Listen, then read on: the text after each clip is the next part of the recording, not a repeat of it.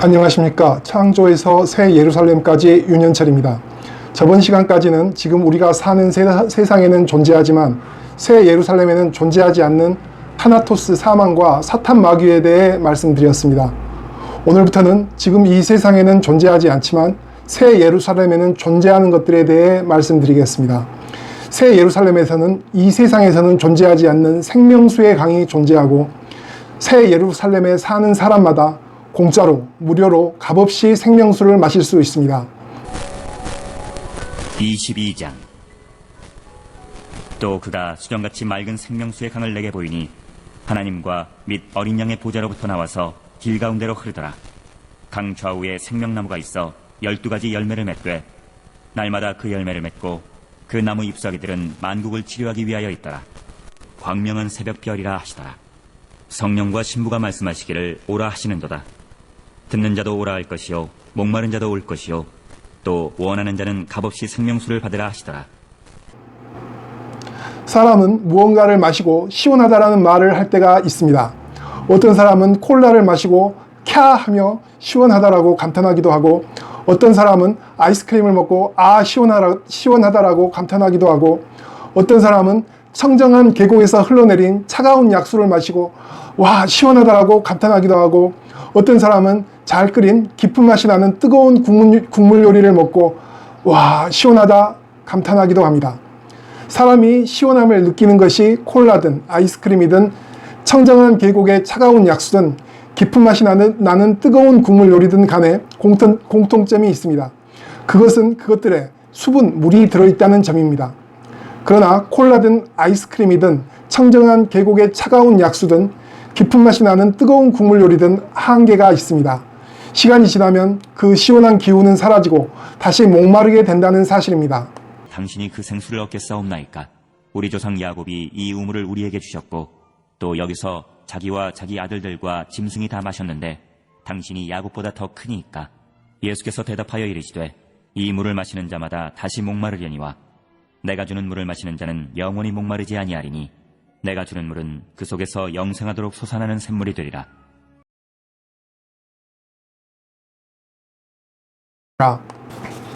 요한복음 4장 12절. 우리 조상 야곱이 이 우물을 우리에게 주셨고 또 여기서 자기와 자기 아들들과 짐승이 다 마셨는데 당신이 야곱보다 더 크니까? 요한복음 4장에 사마리아 여인이 물었습니다.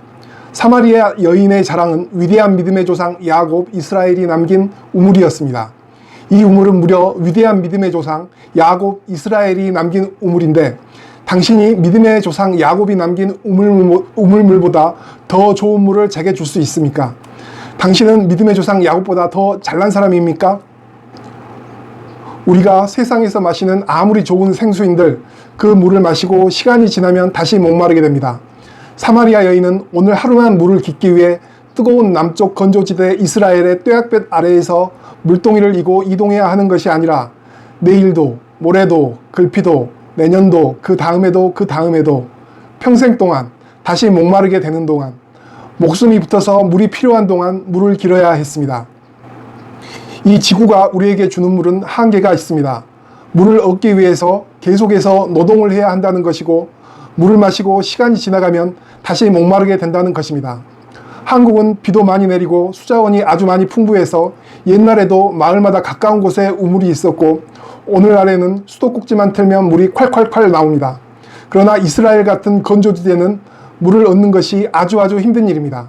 다음 영상은 사막지대의 사람들이 물을 아주 많이 얻게 되면 어떻게 반응하는지 알게 되는 영상입니다. 극도로 긴장하고 있었다. 그런데 그때 8시 정각 계획된 시간에 맞춰 사하라 사막을 뚫고 온 물이 거대한 물줄기가 되어 터져나왔다. 흥분한 시민들이 모두 뛰어들었고 사막 한가운데서 이뤄낸 기적을 온몸으로 만끽하고 있었다. 파란 바켓을 옆에 두고 휴지통 바켓을 뒀습니다. 지도자가 갑자기 일어나더니 밖에서 휴지를 삐고 그걸 들고 물이 흘러내려오는 그 수로 가가지고 물을 퍼가지고 자기가 직접 그 물을 마셨습니다. 거기 뛰어나가고 막 그러는데 그게 영화 장면 같아. 이렇게 영화 장면처럼 흘러가는 거예요. 사막 기적의 오아시스를 만든 대한민국. 그러나 새 예루살렘에서는 우리의 창조자 하나님께서 우리를 위해 십자가에 죽으신 예수님께서 주시는 생명수가 수정같이 맑은 강을 이루어 흐르고 있습니다. 하나님과 예수님께서 주신 생명수는 이 세상의 물과는 차원이 다릅니다. 생명수는 이 세상의 물과는 차원이 다릅니다. 예수께서 대답하여 이르시되 이 물을 마시는 자마다 다시 목마르려니와 내가 주는 물을 마시는 자는 영원히 목마르지 아니하리니 내가 주는 물은 그 속에서 영생하도록 솟아나는 샘물이 되리라. 예수님이 주시는 생명수를 마시면 새 예루살렘의 수정같이 맑은 생명수강의 생명수를 마시면 다시는 물을 다시 마실 필요가 없어집니다. 이 세상의 물은 우리 몸이 물을 소비하면 없어지지만 예수님이 주시는 생명수는 생명수가 다시 생명수를 만들어내서 영원히 솟아나고 다시 솟아나서 우리 몸 안에서 샘이 생겨나서 물이 계속 솟아나서 물을 다시 마실 필요가 없어집니다. 이 생명수를 마시는 사람은 갈증이라는 고통으로부터 영원한 자유를 얻게 됩니다. 이 갈증, 목마름이라는 단어가 한국말에서는 하나의 단어이지만 영어에서는 두 가지 단어로 나옵니다. 하나는 thirst라는 단어로 물을 마시면 해결되는 목마름을 나타내는 단어이고 하나는 lust라는 단어입니다. lust라는 단어는 목마름, 갈증이라는 의미이긴 한데 물을 마신다고 해결되는 목마름이 아닙니다.